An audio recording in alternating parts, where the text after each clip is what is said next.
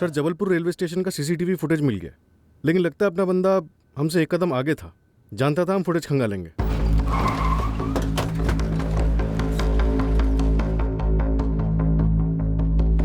Sir, वो station के हर platform पे, ताकि हमें पता न चल पाए कि उसने एक्चुअली कौन सी ट्रेन गेम खेल रहा है। सर वो सर उसने कौन सी ट्रेन ली फाइनली? बड़ी अजीब बात है। देखिए सर,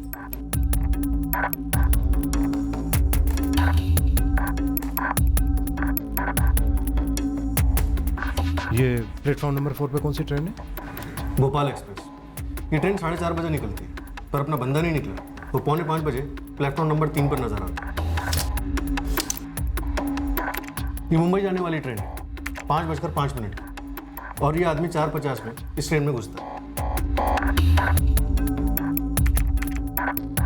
और 4:55 पे ये फिर प्लेटफॉर्म नंबर 4 पर नजर आता है।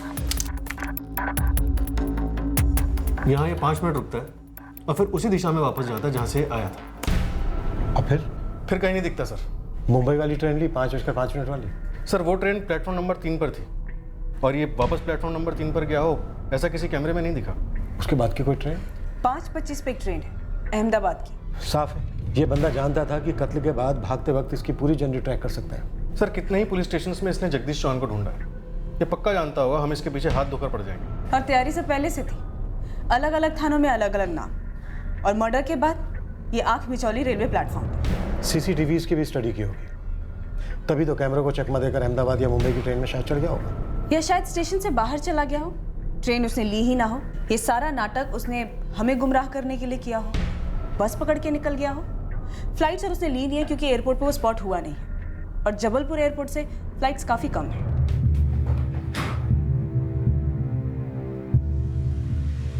तो इस बंदे को मुंबई और अहमदाबाद से ढूंढना खास के ढेर में सुई ढूंढने के बराबर होगा। फिर भी एक बार चांस लेते हैं सर, मुंबई और अहमदाबाद के पुलिस टीम्स की मदद लेते हैं और साथ ही होशंगाबाद में खोज और टाइट करते हैं। इसका 15 साल पुराना कोई ना कोई कनेक्शन जरूर होगा, कोई तो होगा जो इसे जानता हो। ठीक है, जगदीश जी की 2003 में होशंगाबाद में पोस्टिंग थी। खबरियों को लगा दो काम पर सच। सर सीसीटीवी फुटेज के ग्रैब के पोस्टर बनवाते हैं, स्टेट के सभी न्यूज़पेपर में छपवाते हैं, कोई ना कोई तो पहचानेगा। बहुत हो गया चूहा बिल्ली का खेल, अब खुले मैदान में उतरते हैं और इसे भी उतारते हैं।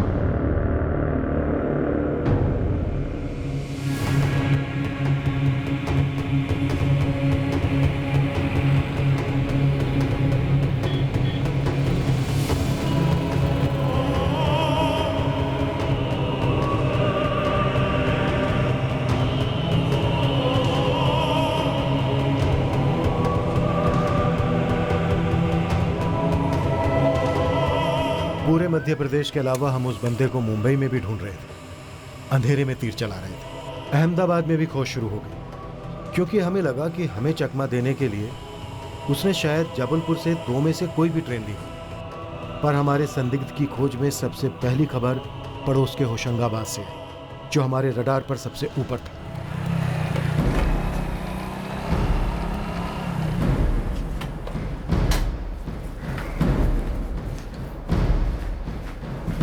गिरीश जी, गुरु, मेरे आदमी जावेद साहब की बात हुई थी। आपने बताया था कि ये आदमी आपके लॉज में आया था और ठहरा भी था।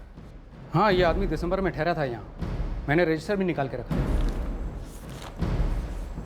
हाँ, ये 4 दिसंबर 2017 से 10 दिसंबर 2017 था। प्रकाश गुप्ता, यही नाम इसने पुलिस स्टेशन में भी बताया था, लेकिन नाम फर्जी है। इसी नाम का इसने ड्राइविंग लाइसेंस भी दिया था। उसका कॉपी होगा क्या आपके पास? कोलकाता, ये भी फर्जी है। दिखने में आदमी सही था वैसे।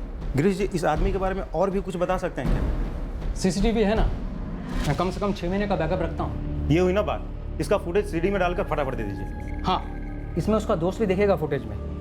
दोस्त? हाँ, उससे मिलने आता था ना। 4 से 10 दिसंबर के बीच सारी फुटेज को डीवीडी में राइट करके दे दीजिए।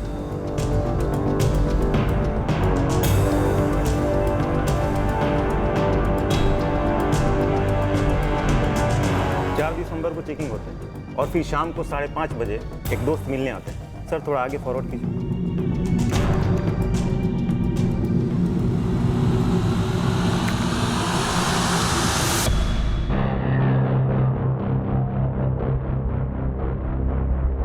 इस दोस्त ने साथ में चेक इन नहीं किया, मतलब लोकल हो सकता, शायद होशंगाबाद का या आसपास कहीं का। 100%। 4 के बाद 10 तारीख तक ये दोस्त रोज आया है कमरे पे, कभी अकेले बाहर निकलता था तो कभी इसके साथ बाहर निकलता था। और ये गिरीश, लॉज का रिसेप्शनिस्ट, इसे इसके दोस्त का नाम वगैरह कुछ याद है? फर्स्ट टाइम लॉज में आए तो दोनों के बीच में काफी बातें हुई हैं, फुटेज में दिख रहा है। पूछा मैंने, लेकिन गिरीश भाई को याद नहीं। अब अपने पास 2 टारगेट है। हम अपने इस बंदे को एक्स नाम देते हैं और इसके इस दोस्त को वाई, जो कि पूरे चांसेस हैं होशंगाबाद या आसपास का ही होगा। गुरु एक काम कर, अपने सब लड़कों को बोल कि वो इस एक्स के साथ साथ पूरे होशंगाबाद में इस वाई की तस्वीरें भी घुमाएं। अगर हमें ये वाई मिल गया तो ये वाई हमें एक्स तक लेकर जाएगा। इस बंदे को ढूंढना है। ये बंदा इस बंदे का दोस्त है। ये बंदा यहाँ होशंगाबाद या आसपास का हो सकता है। इस बंदे को जल्द से जल्द ढूंढना है, समझे?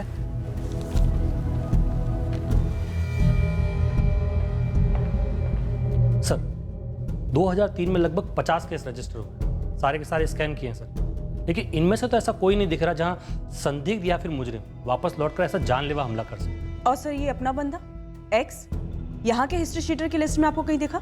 मौजूदा लिस्ट में तो इसका कोई फोटो नहीं है और सर इसीलिए मुझे ऐसा लगता है ये किसी संदिग्ध या फिर सजा काट रहे किसी मुजरिम का दोस्त या रिश्तेदार हो सकता है। ऐसे भी कई लोगों से हमने पूछताछ की, उनसे कांटेक्ट किया और तस्वीर भी दिखाई, लेकिन किसी ने इसको पहचाना नहीं सर। 15 साल पहले का एक्स आज के एक्स से अलग दिखता होगा। और वैसे भी मुझे नहीं लगता कि ये कोई हिस्ट्री शीटर होगा, क्योंकि कोई हिस्ट्री शीटर ऐसे किसी को ढूंढते हुए सीधे पुलिस स्टेशन नहीं जाएगा। जिस तरह का इसका बर्ताव और हुलिया था ऐसा लगा नहीं सर, पढ़ा लिखा और डिसेंट सा बनता लगा। सर, कोलकाता आरटीओ से जवाब आया। इस प्रकाश गुप्ता का लाइसेंस, नाम और एड्रेस सब फर्जी है। कैसे भी करके हमें इस बंदे को ढूंढना होगा। ये आके इस तरह से एक रिटायर्ड पुलिस अफसर को मार के चला जाता है और कत्ल के 3 हफ्ते बाद हमारे पास इसकी और इसकी दोस्त की तस्वीरों के अलावा कुछ नहीं है। मकसद क्या था इसका? सर, वो रिटायर्ड कांस्टेबल शंभू जी आए हैं जो जगदीश जी की टीम में थे 2003 में।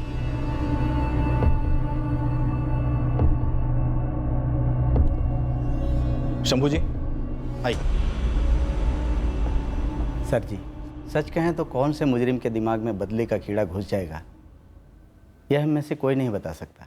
आपकी बात सही है शंभू जी, पर कोई तो ऐसा केस आया होगा जिसमें संदिग्ध या मुजरिम आपको ऐसा लगा हो, गुस्सैल, सरफराह। मैंने सारे केसेस याद किए और जितने याद आए उसमें ऐसा तो कुछ भी नहीं था जिसमें किसी के खिलाफ कोई गलत चार्जशीट बनी हो। जगदीश सर भी बहुत सटीक थे अपने काम में। हमने जगदीश जी के कई केसेस स्कैन करवाए, पर हमें ना इस बंदे का पता चल रहा है और ना इसके मकसद का।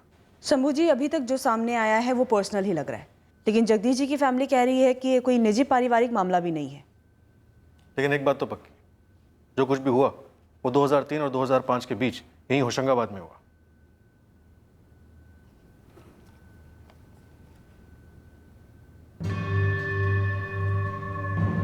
आशीष साहब ने कल रात मुझे ये तस्वीर भेजी थी। मैं काफ़ी देर तक इसे देखता रहा। तो आपको कुछ याद आया? देखिए शंभू जी, इस बंदे ने अपनी खोज आपके होशंगाबाद थाने से शुरू की थी दिसंबर 2017 में।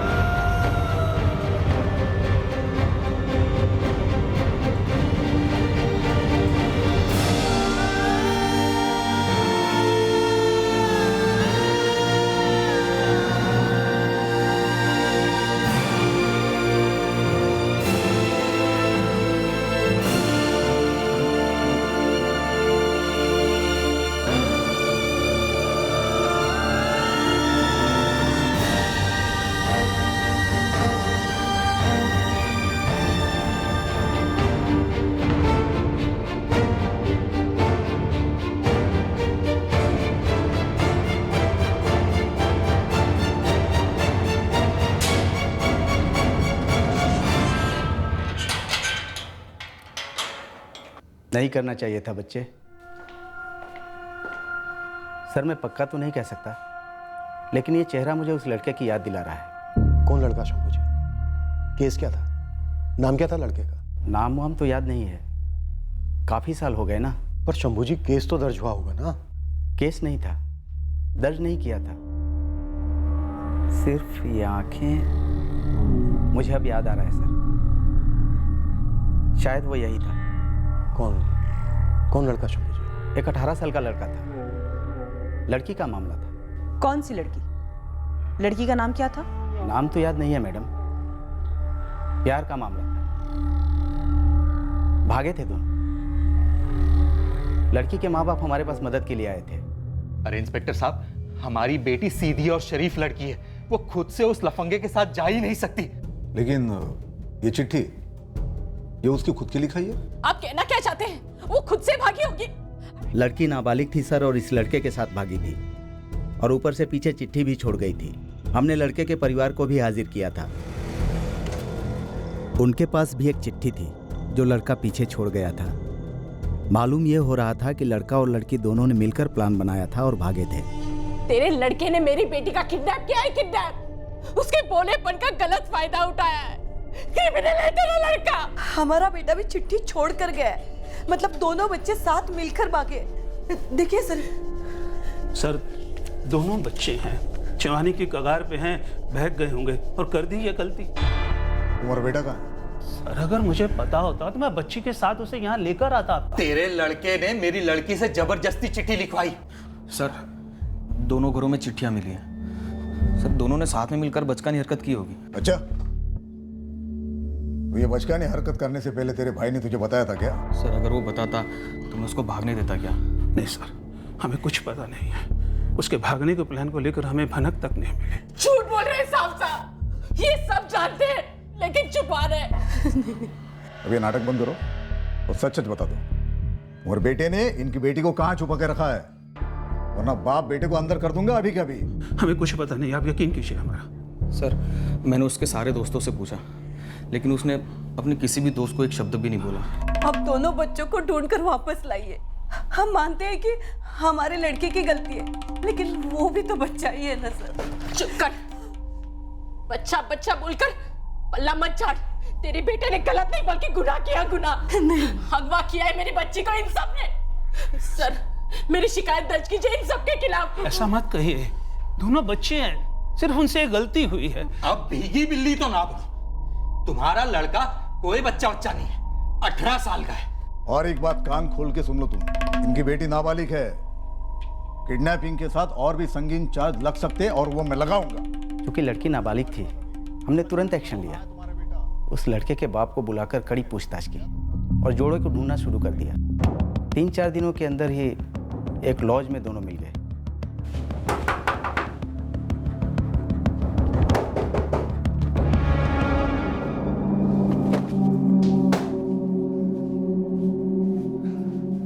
तुझे पता है अब क्या चार्जेस लगेगी तुझ पे? कैसे चार्जेस सर? हम दोनों एक दूसरे से प्यार करते, शादी भी करना चाहते। हाँ सर, हमने अपनी मर्जी से घर छोड़ा है। ए लड़की, 16 साल की है तू, नाबालिग है, पता है? लेकिन मैं तो 18 साल का हूं ना, बालिग हूं, और मैं हम दोनों की जिम्मेदारी लूंगा। अरे सर, मारिए मत उसे। ए चुप, पीछे हट। तू जिम्मेदारी लेगा? तू तो बेटा अब जिम्मेदारी लेगा तेरे जुर्म की कोर्ट में। किडनैपिंग तो हुआ है, अब मेडिकल के बाद रेप के चार्जेस भी लगेंगे। ये क्या कह रहे हो सर आप? हम दोनों एक दूसरे से प्यार करते और मैंने कोई जबरदस्ती नहीं किया। हाँ सर, मैं इससे बहुत प्यार करती हूँ। ए चुप! जबरदस्ती नहीं कि तुम नाबालिग लड़की को भगा के क्यों लाए हो तुम? देखिए सर, हमारी प्राइवेट लाइफ में दखल देने का आपको कोई भी हक नहीं बनता है। मुझे मेरा हक बताएगा? जानता नहीं अब तेरे साथ क्या होने वाला है। कुछ नहीं सुनना है सर, उस लड़के पर किडनैपिंग का केस करना है बस। देखिए, हम उससे सख्ती से पेश आए, वो आपकी बेटी को फिर कभी भी परेशान नहीं करेगा, ठीक है? अभी तक जो किया है वो कम है। अरे पूरी बिरादरी के सामने हमारी थू-थू हो रही है। मैं तो कहती हूँ सर, उसके माँ और बाप और उसका वो भाई, उन तीनों को अंदर कर दीजिए। उन चारों के खिलाफ किडनैपिंग का चार्ज लगाइए सर। इसने हमारी बेटी के साथ जो किया है उसके लिए इसे जिंदगी भर जेल में सड़ना चाहिए। इस आदमी के चेहरे पे जो, पता नहीं क्यों इसकी आंखें मुझे उस लड़के की याद दिलाती है। एक अजीब सा गुस्सा था उसकी आंखों में। 2 रातें हमने उसे लॉकअप में रखा था, फिर उसे छोड़ दिया था स्ट्रिक्ट वार्निंग देकर कि लड़की के आसपास भी नजर ना आए। लड़की के माँ बाप खूब उधम मचा रहे थे कि केस बनाओ, लेकिन लड़की खुद खिलाफ थी इल्जाम लगाने में। बोलती रही कि अपनी मर्जी से भागी थी उसके साथ। जगदीश सर ने फैसला किया कि वार्निंग देकर छोड़ दिया जाए लड़के को। क्या कोई इतने सालों तक अपने मन में इतनी नफरत पाल सकता है? मैं पक्का नहीं कह सकता सर। शायद ये लड़का वो आदमी नहीं है शंभू जी। शंभू जी, कोई और केस याद आ रहा है आपको? नहीं, और तो कोई ऐसा केस याद नहीं आ रहा है जहां ऐसे कोई इतने सालों बाद वापस आकर जगदीश सर को मार दे। पर जितनी बार मैं इस तस्वीर को देखता हूं, वो लड़का बार बार मुझे याद आता है। उसकी आंखें सामने आती हैं, पर नाम याद नहीं आता। वो लड़का लड़की एक ही स्कूल में पढ़ते थे? स्कूल का नाम कुछ याद है? नहीं, वो भी याद नहीं है। यह आदमी उस लड़के जैसा दिखता तो है, पर मुझे लगता नहीं है कि कोई इतनी दुश्मनी इतने सालों तक पाल सकता है। वो ऐसा क्यों करेगा? जो हुआ उसे सालों गुजर गए। पता करवाना है किसे? सारे के सारे स्कूल्स में चेक कर सकते, लेकिन 2003 का इंसिडेंट किसे याद होगा किसे नहीं, कह नहीं सकते। और वैसे भी उन दोनों के नाम भी नहीं पता है। लड़का तब 18 साल का था, तो अब 33 साल का होगा। हमारा संदिग्ध भी इसी उम्र का है। क्या ये आदमी वही लड़का है? सर, जैसा कि शंभू जी ने बताया, उसे लगता तो नहीं है कि इतनी गहरी दुश्मनी वाली कोई बात थी। शायद वो अपनी लव स्टोरी टूटने की वजह जगदीश जी को मानता हो और 15 साल पुराने इस घाव को नासूर बनाए रखा हो अपने अंदर।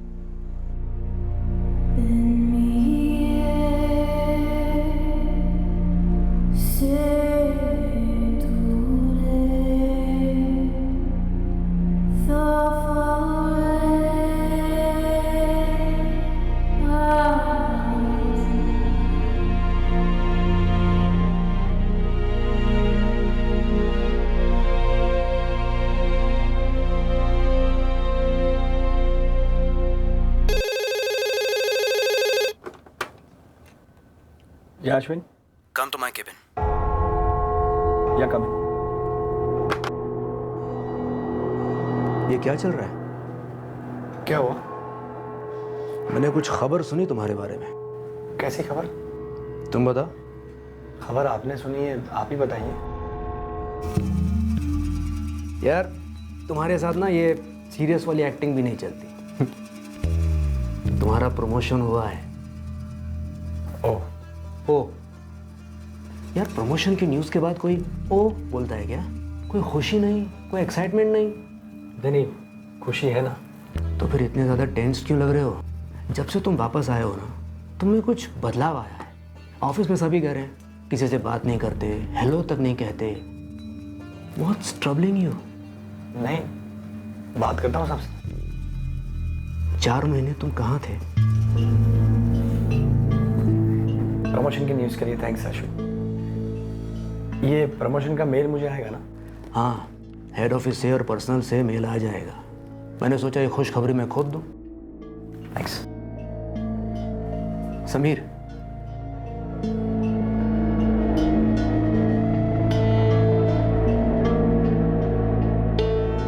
किस बात की इतनी परेशानी है? देखो, बॉस की पोजीशन से नहीं, फ्रेंड की पोजीशन से पूछ रहा हूं। What's troubling you? सच बोलो, जिंदगी में इतना सुकून पहले कभी महसूस नहीं किया। अब शांति है, बहुत ज्यादा शांति। सर, फाइनली हमारे केस का खाता खुलने जा रहा है। सुना, जल्दी सुना। सर, वाई का पता चल गया है, जो आपको एक्स तक ले जाएगा। नाम पता चला? रमेश चौबे। हमारा अंदाजा सही था, यही होशंगाबाद का रहने वाला है। मैंने उसके घर पे फील्डिंग लगाई है, बस आप लोग तुरंत आ जाइए।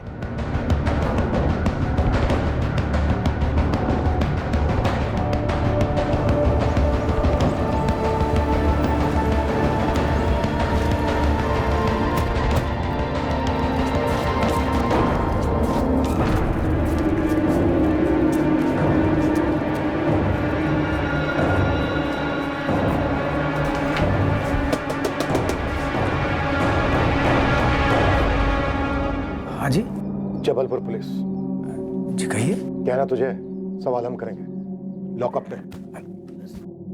ये तुम्हारा दोस्त, क्या नाम है इसका? एड्रेस और नंबर भी बोलो। सर, ये मेरा दोस्त नहीं है, मैं तो जानता भी नहीं कि ये कौन है। देख रमेश, तुझ तक पहुंचने के लिए हमने बहुत पापड़ बेले। अगर तू 2 सेकंड के अंदर नहीं बोला ना तो तुझे पूरा तोड़ देंगे हम।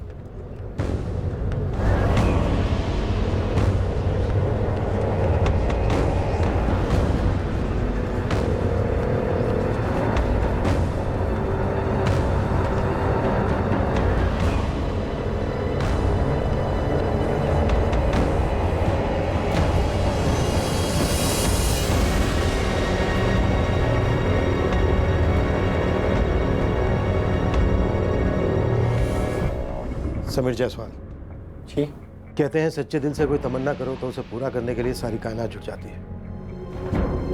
कायनात हमें तुम्हारे पास ले आई समीर जायसवाल। चलिए।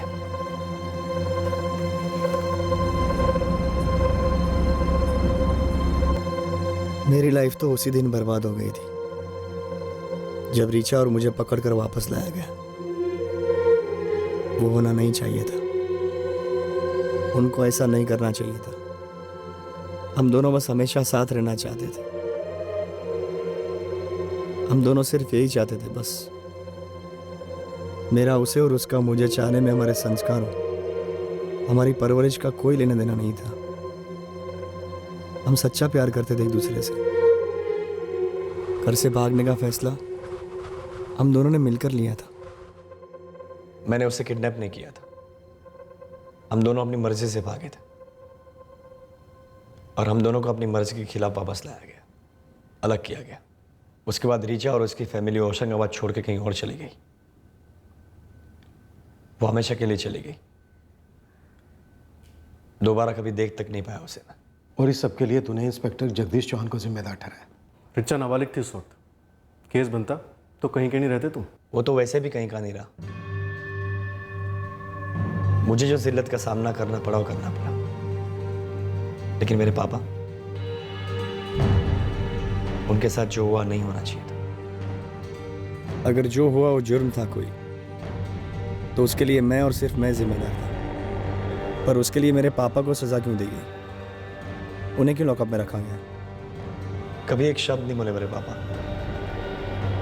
लेकिन मुझे साफ नजर आता था उनके चेहरे पर कि उन्होंने भयंकर अपमान झेला था। क्या ये सही है किसी से कोई कानून टूटे, और वो भी अनजाने में? तो आप उसके बाप को बुरी तरह बेकाबू करो।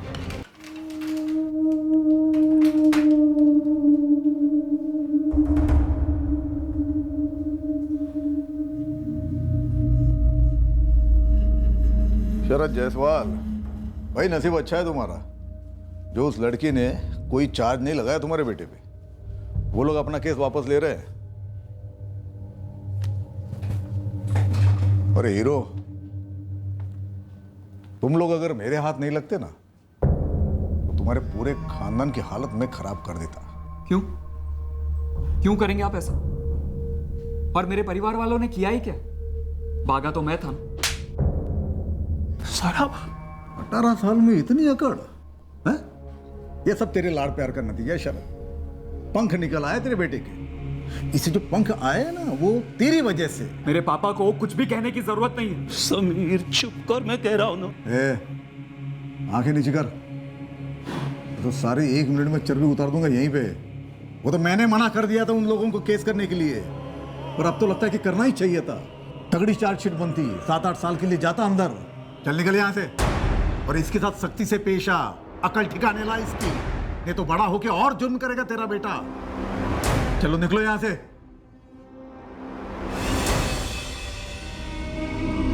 वो हर कदम पर मेरे पापा की इंसल्ट करता।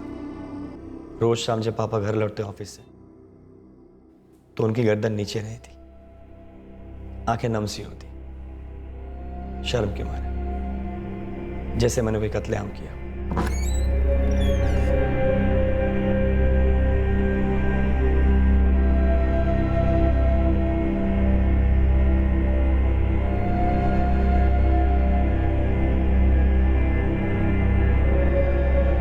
उनके चेहरे का दर्द मुझे 24 घंटे दिखता, महसूस होता। मैं जानता था कि वो जिल्लत महसूस करता। कभी कुछ कहा नहीं उन्होंने, एक उफ की आवाज नहीं की, बस अंदर ही अंदर घुटते गए, मिटते गए।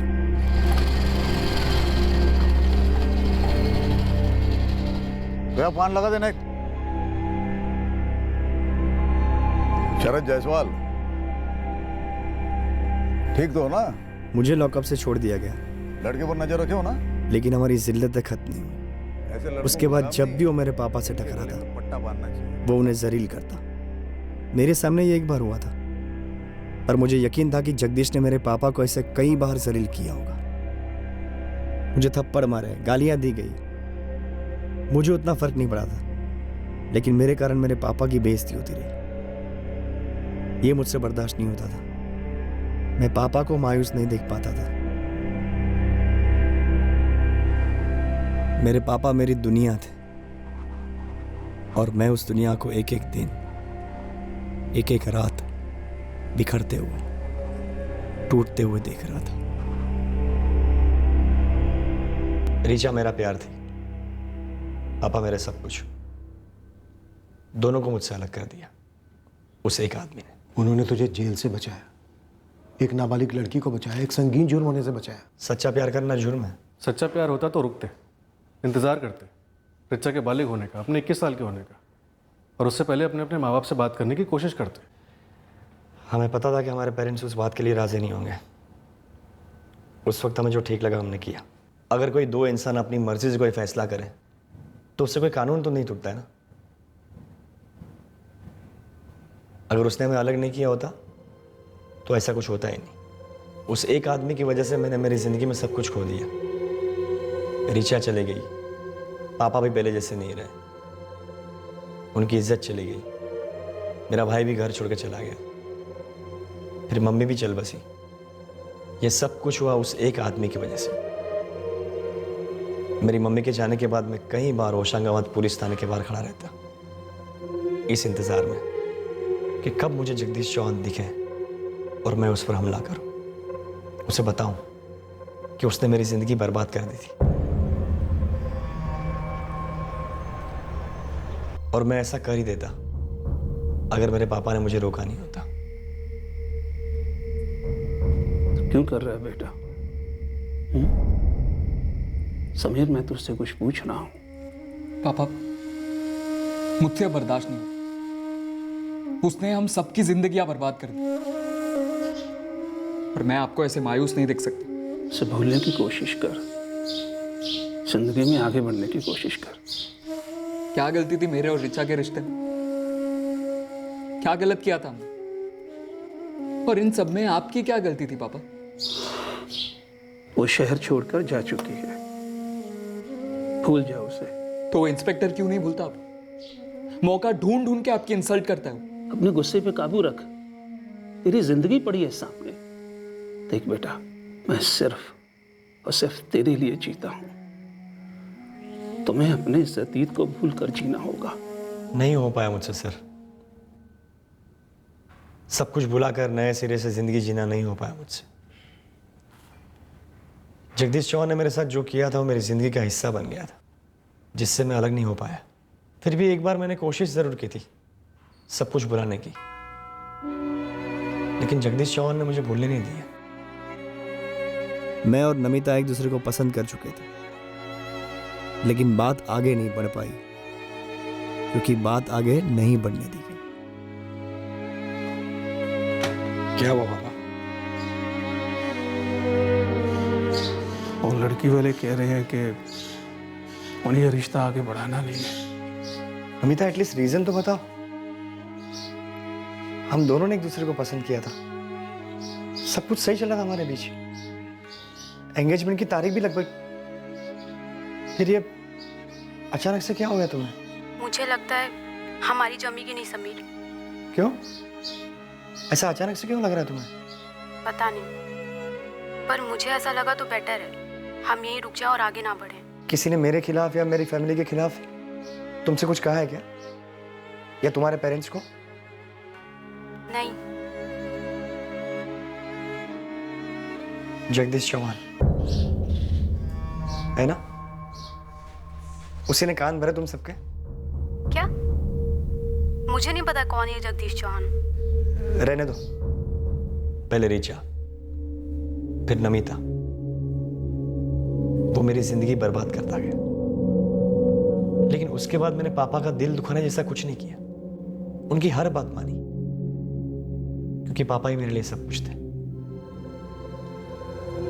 पर जब वो चल बसे, मेरी लाइफ में कुछ बचा ही नहीं। जितनी तकलीफ मैंने झेली थी, उतनी या उससे कहीं ज्यादा तकलीफ मेरे पापा ने झेली। जगदीश चौहान ने मेरी भरी हुई जिंदगी में खालीपन भरना शुरू कर दिया, और अब मेरे पास सिर्फ खालीपन था। गुस्से से पागल हो जाता हूँ रमेश। कब तक जलता रहेगा ऐसे? जब तक मैं जिंदा हूं, या फिर जब तक वो जिंदा है। देख समीर, हर इंसान को अपनी जिंदगी के अधूरेपन को पूरा करना पड़ता है, और उसका एक ही तरीका है, उस अधूरेपन को छोड़ देना, भुला देना, बहा देना। वो अंग्रेजी में कहते हैं ना, मूव ऑन। उसने मुझे कभी मूव ऑन करने ही नहीं दिया रमेश। उसने पापा के साथ जो ज्यादती की है, मुझे अंदर जकड़ रखती है। मत इस तरह से जकड़ कर रख अपने आप को, निकाल के फेंक दे बाहर।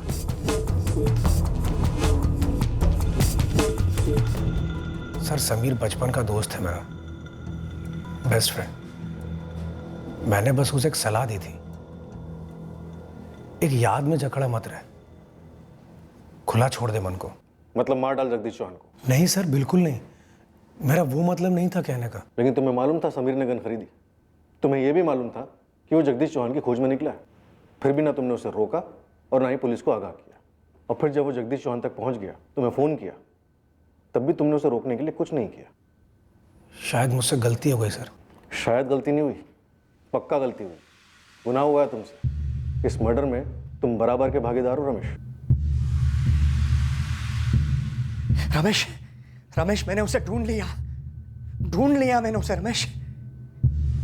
अरे वो मुझे मिलना ही था, मेरी नियति में लिखा था कि वो मुझे मिलेगा। दोबारा सोच ले, क्या सही कर रहा है तू? मेरी लाइफ में इससे ज्यादा और सही कुछ नहीं। मैंने उसे ढूंढा और वो मुझे मिला, बस। अब मैं अपने आप को इंसाफ दूंगा। यकीन कीजिए मेरा सर, मैंने उससे कहा था जो तू सोच रहा है करने की सही नहीं है। बहुत दबी आवाज में कहा तुमने, और बहुत देर से कहा। ये ख्याल उसके मन में आते के साथ ही उसे रोकना तुम्हारा फर्ज था रमेश। लेकिन तुमने क्या किया? फर्जी नाम और एड्रेस देकर उसके लिए सिम कार्ड खरीदा। आखिरकार पूरे 15 साल के बाद मैंने अपने अंदर के अधूरेपन को मिटा दिया सर। कौन हो तुम? हथियार नीचे करो। मैं कह रहा हूं हथियार नीचे करो। मुझे पहचाना नहीं? जगदीश चौहान। नहीं। कौन हो तुम? मैं वही हूं जिसकी जिंदगी तेरे नाम गिरवी रही है पिछले 15 सालों से। अभी भी है, लेकिन आज के बाद नहीं रहेगी। ये खिलौना नहीं है, नीचे करो इसे। मैं अपनी रीचा को आज तक नहीं ढूंढ पाया। बाकी सबको भी मैंने खो दिया, सिर्फ और सिर्फ तेरे कारण। मैं वही हूं जिसे तूने बचपन में अपने प्यार से अलग किया था। याद कर भोपाल का वो लॉज, जहां से तू मुझे और मेरी रीचा को जबरदस्ती पकड़कर होशंगाबाद ले आया था। जायसवाल? समीर जायसवाल? शरद जायसवाल का बदनसीब बेटा, जिसे तूने जीते जी कत्ल कर दिया था।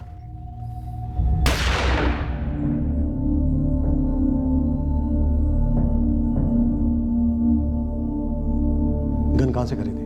मुंबई से, एक सप्लायर से पहचान थी। नंबर दो उसका। अब नहीं मेरे पास।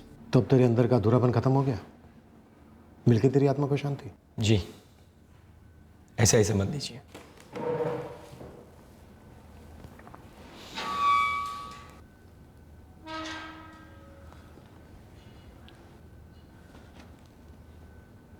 देख, तेरा अतीत तेरा है, मैं उसे देख नहीं सकता, महसूस नहीं कर सकता, लेकिन जिस अधूरेपन की तू बात कर रहा है ना, दरअसल वो महज एक रंजिश है, बहाना है, बैसाखी है, एक सहारा है जिसे पकड़े तूने सिर्फ एक दूसरे इंसान को आज तक दोष दिया है। और जगदीश चौहान ने क्या अलग कर दिया?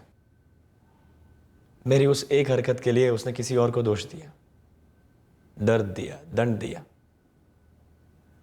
और वो कोई और मेरे पापा थे। अभी आप मुझे लेक्चर देंगे कि मैं कितना गलत हूं।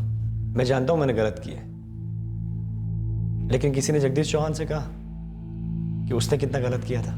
किसी गलत काम के जवाब में किया गया गलत काम सही नहीं हो जाता। जानता हूं, पर कम से कम गलतियों का बैलेंस तो ठीक होता है। गलत कत्ल या कोई भी जुर्म बैलेंस ठीक नहीं करता, बल्कि बिगाड़ता है।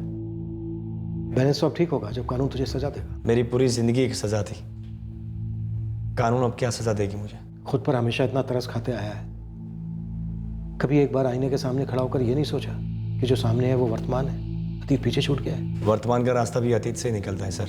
निकलता है, पर उनके लिए जो अतीत को पीछे छोड़कर आगे बढ़ना चाहते हैं, पर अपनी नाकामयाबियों या नीति की शक्तियों के लिए हमेशा दूसरों को दोष देने की कुछ लोगों में लत होती है। उसका जीता जागता नमूना है तो। दुख की बात है, अब अगर तुझे अफसोस हुआ अभी तो बहुत देर हो चुकी है। ऋचा कहाँ है? पता नहीं, मैं उसे ढूंढ नहीं पाया। मुझे यकीन ही नहीं हो रहा है। मैंने मजाक में पूछा भी था उसे, कहीं वो एजेंट वेजेंट टाइप का तो नहीं है। समीर इतना brilliant worker, one of the best employees.